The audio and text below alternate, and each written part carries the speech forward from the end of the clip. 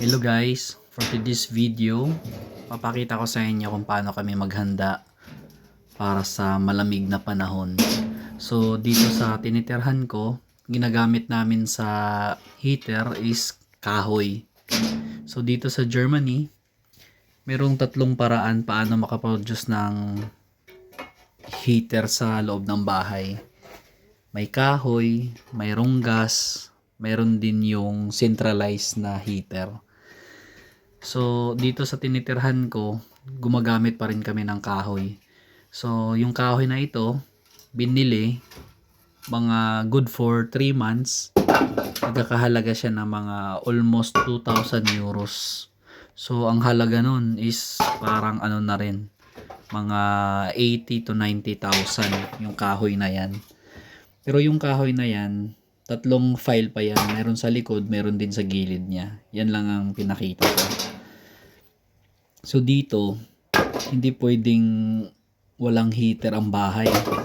Pwede siya kung summer, pero pag taglamig, kasi mas lamang kasi ang taglamig dito ng ng buwan eh. Parang ang taglamig dito ay parang 9 or 9 months, ganyan. Tapos 3 months lang yung summer time.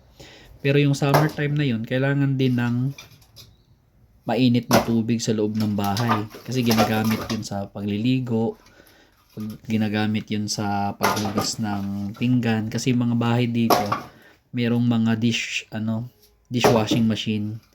Yung tinatawag nilang spül machine. So, kailangan talaga ng mainit na tubig. So, yung mga heater naman dito sa bahay, bawat rooms, meron ding heater. CR may heater kasi pag naliligo, kailangan. So, importante talaga. Kaya kailangan talaga na mayroong supply ng kahoy sa loob ng bahay. May time nga na nasira yung heater namin sa bahay, yung Heizung. Pinaayos siya, mga 2 days ang lumipas, wala kaming heater sa loob ng bahay. Ramdaman ko talagang lamig. Yun bang naka-jacket ka na natutulog ka na, nakasuot ka ng winter jacket.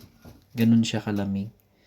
Kaya ayun, importante. Yung ginagawa ko naman dito is tumutulong ako doon sa inuupahan ko. Kasi exercise na rin sa katawan ko. Pag winter kasi or yung malamig na panahon, pag nasa loob ka lang ng bahay, para kang madidepress, alam mo yun. Ang dami mong iniisip. Mas maganda na yung pag-i-exercise ka, nawawala yung mga iniisip mo. Yun. At saka din siya, experience din na ganito pala dito sa Germany. Kailangan pala talaga ng ganito para para mag-survive. Kaya yung iba nagsasabi na sana maka-experience ako ng bansa na nag-snow. Nako, kabahan na kayo kasi sa totoo lang hindi masaya. Hindi masaya yung experience na yon. So, ito, nagpa-file ako ng mga kahoy para pag sa heater, meron kasi kami parang oven eh. Nilalagay yung kahoy na yan, mga 7 hanggang 8 piraso, 2 beses sa isang araw kung winter, isang beses naman pag mga time ng spring or yung fall. So, ayun. Sana may nakuha kayong aral sa ginagawa ko ngayon. Sa mga kapwa kong Pinoy na nandito rin sa Germany na nakatira sa mga medyo high-tech na mga apartment or yung okay din yun, maganda din yun kasi wala na kayo. Pero itong sa akin kasi, kaya dito rin ako tumira kasi maganda parang yung experience mo, parang bahay mo na rin, parang ganon. Yung mga tao na kasama mo, parang kapamilya mo na rin. Kaya ganoon na rin yung balik ko sa kanila. Tinutulungan ko din sila. Masaya para bang mabilis ko na-adapt yung culture ng mga German kasi kasama ko mga German.